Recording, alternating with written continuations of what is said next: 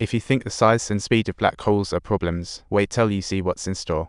Li Jia turns to leave. The rich man follows closely, and Li Jia's left foot is ready to go meet the Prime Minister overnight. Li Jia's danger is like a mobile nuclear bomb. He must inform the higher-ups quickly. Just as he's about to get in, a black hole appears in Tokyo's downtown, not a caffeine hallucination. Lights flash, illuminating the city, and it's not until morning everyone realizes the disaster of the renovation. There's a giant crater left on the ground, making the skyscrapers look tiny like they just opened an amusement park. At this rate, Japan might be gone in no time. Although the news is screaming terror attack, the police haven't found the culprit. All they can do is ask everyone to stay home and binge-watch their favorite shows. Namon's already packed her bags, striding through deserted streets, ready to meet up with friends for a field trip to Wanshen village. Saoyu feels like she can be helpful, yet Namon's mind is racing with doubts, thinking maybe this girl is just a troublemaker sent from the heavens. She understands Li Jia's pain if only nightmares could be turned into comics. But doesn't this troublemaker have any solutions? The crew steps onto the mysterious land again, and the villagers remain tight-lipped, as if they all had the secret pre-meeting. Namon is furious, thinking Li Jia doesn't deserve such protection with a zombie move. The villagers erupt, thinking silently that Wanshen clan's superpowered folks are gods among men. Only the village chief speaks up, saying he'll arrange a meeting with the chief. Professor Wanshen will join too. Jiang Jian sees this news and brightens up. The professor is indeed here. Little do they know, Li Jia has already slipped into the chief's house with a swift move. Li Jia isn't beating around the bush, stating that no matter how far he escapes, he can't shake off this land. His purpose here is to expose the ignorance of the Wanshen clan and to say goodbye to the chief who dares mess with my plans. Just as Li Jia prepares to leave, he suddenly shouts, "Let's rumble."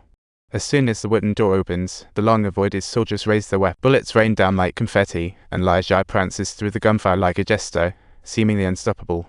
As Li Jia assigns tasks, soldiers aim guns at Chief truly unwise.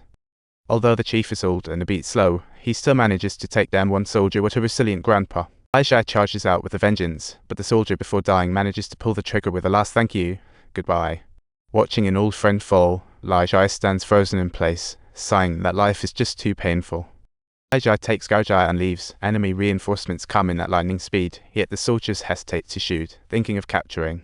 Li Jia quickly finds a chance to counterattack, and all soldiers are trapped in space orbs, like little birds in a cage.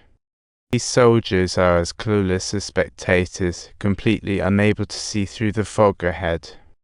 Gao Jia became overly elated, and in his excitement, he completely forgot to exercise caution. The downed soldier babbles before dying, unable to believe he's checking out.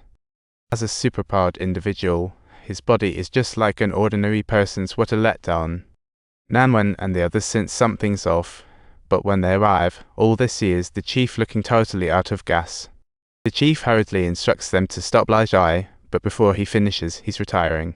The group realizes they can't match Li Jia's powers, but maybe their arguments can persuade him. At this moment, Li Jia raises his hands towards Gao Jia, planning to send him off to another dimension. This space orb is like a portal, possibly holding a slim chance of survival, but Gao Jia doesn't want to leave this way. He just wants Li Jia to say sorry to his sister for being a clueless kid back then.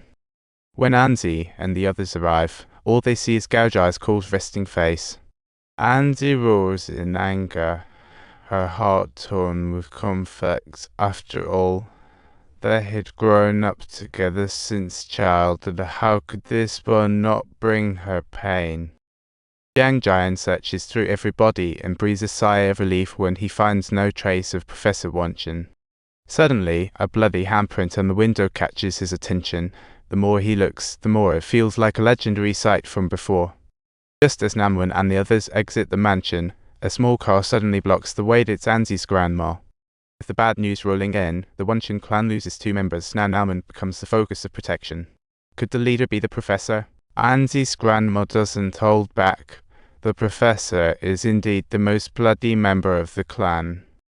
As Namwen and Andy arrive at a secluded little courtyard, they finally have a chance to be alone. Anzi begins sharing her experiences, and it quickly spirals into nightmares. Every day, she wakes up in an empty room, feeling like she's at the top of Wanshen Mountain, about to tumble down. Namwen grips her hand tightly, feeling that sense of helplessness, hoping she won't have to relive it. The villagers gather at the village entrance, only to find the exit blocked by the police. Such a bummer. The head officer demands Lai Jai, but the chief retorts to catch the leader's murderer. Just then, a few jeeps come speeding in, harboring the very soldiers who took out the leader. What a well-coordinated operation. The villagers are enraged but are instantly scattered by a bullet. The officer reiterates that they identify Lai Jai as a terrorist. As tensions soar, Namun steps out from the background, urging Lai Jai to step up and explain why he's causing all this chaos. More exciting content, subscribe to our channel.